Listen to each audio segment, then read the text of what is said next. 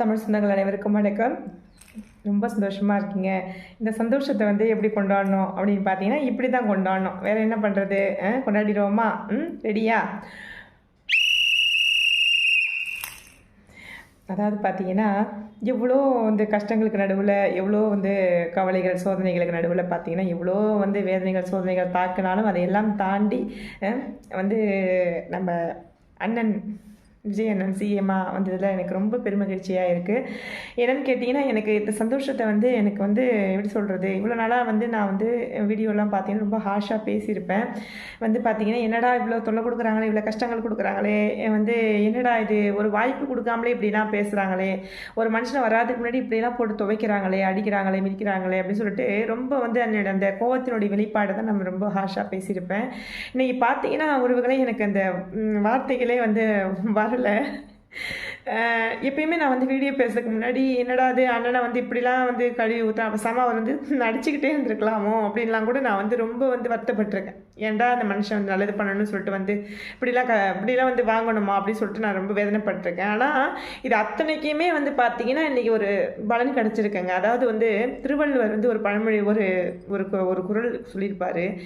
தெய்வத்தால் ஆகாதனினும் முயற்சி தன் மெய்வருத்த கூலி தரும் அப்படின்னு சொல்லிட்டு ஒரு குறள் ஒன்று இருக்குது. அதனால் தெய்வத்தால் ஆகாதுன்னு ஒன்றுமே இல்லை. ஆனால் நம்ம முயற்சி பண்ணிகிட்டே இருந்தோம்னா நம்ம உழைப்பை, நம்மளுக்கான கடமை என்னவோ, நமக்கான செயல் என்னவோ, நமக்கான எண்ணம் என்னவோ அதை மட்டும் நம்ம செயல்படுத்திக்கிட்டே நம்ம உண்மையை உத்தவமாக நம்ம அந்த தெய்வத்தின் பார்வையில் நம்ம கடுமையான உழைப்பு கொடுத்துக்கிட்டு அதற்கான பலனை கிடைக்கும், கண்டிப்பாக நம்மளை கடவுள் கொடுப்பாருன்னு சொல்லிட்டு நம்ம அமைதியாக அதை நம்ம அமைதியாக இருந்து அதை நம்ம பார்த்தோம்னா கண்டிப்பாக அது முயற்சி அதுக்கான கஷ்டத்துக்கான கூலி இந்த கடவுள் நம்மளுக்கு கொடுத்துருவாரு. அது நன்மையாக இருந்தாலும் சரி, தீமையாக இருந்தாலும் சரி. தீமை செய்கிறவங்களுக்கு தீமை தான் கூலியாக வரும், நன்மை செய்கிறவங்களுக்கு நன்மை மட்டும்தான் கூலியாக வரும்.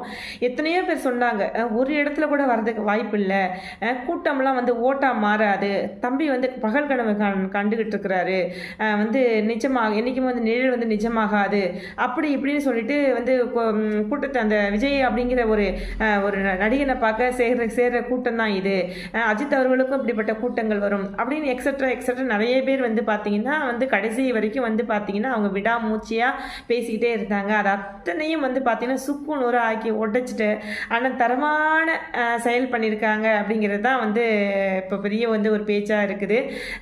பார்த்தீங்கன்னா நான் ஆரம்பத்திலே சொன்னேன், அண்ணன் சிஎம்மாக வரட்டும், எடப்பாடி அவர்கள் எதிர்கட்சியாக வந்தால் சூப்பராக இருக்கும் அப்படின்னு நான் சொன்னேன். அதனுடைய பண்ணலாம் என்னென்னு எனக்கு தெரியல. உண்மையிலே சொல்கிறாங்க, ரொம்ப சந்தோஷமாக இருக்குங்க, ரொம்ப ரொம்ப சந்தோஷமாக இருக்குது. விட்ட கண்ணீருக்கு, பட்ட கஷ்டங்களுக்கு எல்லாத்துக்கும் ஒரு பலன் கிடச்சிருக்கு. பார்த்தீங்கன்னா அண்ணனா சொல்லியிருக்காரு, என்ன வேணாலும் சொல்லிட்டு போட்டோம், இது வேணாலும் நடந்துட்டு போட்டோம், பார்த்தீங்கன்னா நம்ம தான் அடுத்து ஆட்சி பிடிப்போம் அப்படின்னு சொல்லிட்டு இருந்தாங்க. அவருடைய கான்ஃபிடென்ட் லெவல் ரொம்ப நான் இப்போ மதிக்கிறேங்க. ஏன்னு கேட்டிங்கன்னா ஒரு இடத்துல பார்த்தீங்கன்னா கருத்து கணிப்பு அப்படிங்கிற பேரில் பார்த்தீங்கன்னா இப்போ நான் கூட கான்ஃபிடென்ட்டாக தான் இருந்தேன். இப்போ சமீபத்தில் ஒரு சில இதெல்லாம் சொல்ல ஆரம்பித்த உடனே கருத்து கணிப்புலாம் சொல்ல ஆரம்பித்தோம், என்னடா இவங்களும் இப்படி சொல்கிறாங்களேன்னு நான் வருத்தப்பட்டேன். இருந்தாலுமே கூட பரவாயில்ல, அண்ணன் எதிர்கட்சியிலையாவது வரணும் அப்படின்னு நான் நினச்சேன். ஆனால் உண்மையிலே சொல்கிறேன், அவர் சிஎம்மாக உட்காருவார் அப்படிங்கிறது நான் ஆரம்பத்தில் எனக்கு அந்த இது இருந்துச்சு. ஆனால் இப்போ இந்த கருத்து கணிப்பெல்லாம் பார்க்கும்போது அட்லீஸ்ட் ஒரு எதிர்கட்சியாவது வந்துடக்கூடாது அப்படின்னு யோசிச்சேன். ஆனால் கடவுள் இருக்காரு இல்லையா, கடவுள் இல்லாமல் பொழுது போகாதுன்னு சொல்லுவாங்க. கடவுள் இருக்காரு அப்படிங்கிறதுக்கான ஒரு இதுதான் பார்த்தீங்கன்னா நல்ல ஒரு ஆட்சியை அண்ணா கொடுப்பாரு அப்படிங்கிறத நான் அப்படிங்கிற ஒரு நம்பிக்கையில் தான் பார்த்தீங்கன்னா மக்கள் எல்லாம் ஓட்டு போட்டிருக்கிறாங்க. பார்த்தீங்கன்னா நல்ல ஆட்சி வரும் அப்படிங்கிறது தான் நல்ல ஆட்சி கொடுப்பாரு, நல்லாவே இருக்கும் அந்த தமிழ்நாடு. யாரும் ஒன்றும் பயப்பட வேணாம். நடிகர் கையில் போயிடுச்சு, இனிமேல் அப்படி தான் இப்படி கொளுத்தி போடுவாங்க பாருங்களேன், அவ்வளோதான் அப்படி இப்படின்வாங்க. ஏற்கனவே நாடு நாசமாக போய் தான் கிடக்குது, இதுக்கு நாசமாக போகிறதுக்கு ஒன்றும் இல்லை. இனிமேலாவது நம்ம பொழைச்சிக்கணும், நம்ம திருத்திக்கணும் அப்படின்னு தான் மக்கள் இப்படி ஒரு இதுவை தேர்ந்தெடுத்துருக்காங்க, ஒரு மாற்றத்தை தேர்ந்தெடுத்துருக்கிறாங்க. கண்டிப்பாக அவங்க நம்பிக்கைக்கு பாத்திரமாக அண்ணன் இருப்பாங்க அப்படிங்கிறது தான் என்னுடைய நம்பிக்கையும். பார்ப்போம் அண்ணன் என்ன பண்ணுறாங்கன்னு பார்ப்போம், பொறுத்திருந்து பார்ப்போம். இனிமேல் தான் பார்த்தீங்கன்னா சரவெடியே இருக்குது. எல்லோரும் எப்படி சொல்கிறது சந்தோஷமாக இருங்க உறவுகளே. அண்ணா வந்துட்டாங்க, சிஎம் வந்து உட்காந்துட்டாங்கன்னா வந்து நம்ம எப்படி சொல்கிறது, நம்ம ஏற்கனவே சொன்னது மாதிரி தான் எல்லாமே மாறும்.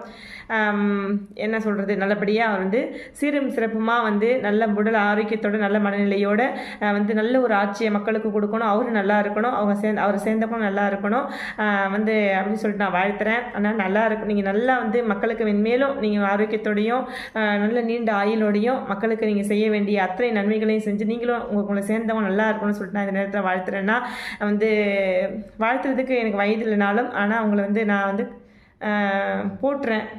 இது வேறு என்ன சொல்கிறது, இந்த துண்டை போட்டதுக்கான ஒரு உண்மையான சந்தோஷமே வந்து எனக்கு இப்போ தான் நான் கிடச்சிருக்கு. உண்மையிலே சொல்கிறேன், நீங்கள் சிஎம்மாக வந்து உட்காரணும் அப்படிங்கிற ஒரு இது உட்காந்ததுக்கு அப்புறம் தான் இந்த துண்டே போடணும்னு நினச்சேன். ஆனால் எனக்கு நடுவில் கொஞ்சம் வந்து ஒரு நம்பிக்கை வந்துச்சு. அப்போயே நான் வந்து இந்த துண்டை ஆர்டர் பண்ணி வாங்கி போட்டுட்டேன்.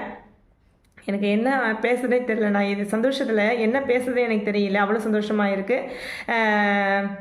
வேறு என்ன, பார்ப்போம், பொறுத்திருந்து பார்ப்போம் என்ன நடக்குதுன்னு. வாழ்த்துக்கள்ண்ணா. என்ன மாதிரி எத்தனை பேர் வந்து ஒரு எப்படி சொல்கிற ஒரு பதட்டத்தில் இருக்கீங்க அப்படிங்கிறத வந்து கமெண்ட்டில் சொல்லுங்கள். வந்து தொடர்ந்து பார்ப்போம், தொடர்ந்து வந்து களத்தில் இருந்து எப்படி சொல்கிறது தொடர்ந்து அவர் செய்கிற சேவைகளை தொடர்ந்து நம்ம வீடியோவில் போடுவோம். தொடர்ந்து எனக்கு சப்போர்ட் பண்ணுங்கள் உறவுகளை. சப்போர்ட் பண்ணாமலே என்னை ஃபாலோ பண்ணாமலே என்னை பார்த்துட்ருக்கீங்க, சப்ஸ்கிரைப் பண்ணாமலே பார்த்துட்ருக்கீங்க. சப்ஸ்கிரைப் பண்ணிவிட்டு கமெண்ட் பண்ணி ஷேர் பண்ணுங்கள் உறவுகளே. லைக் பண்ணுங்கள் முக்கியமாக வீடியோ பிடிச்சிருந்தா. நன்றி, வணக்கம்.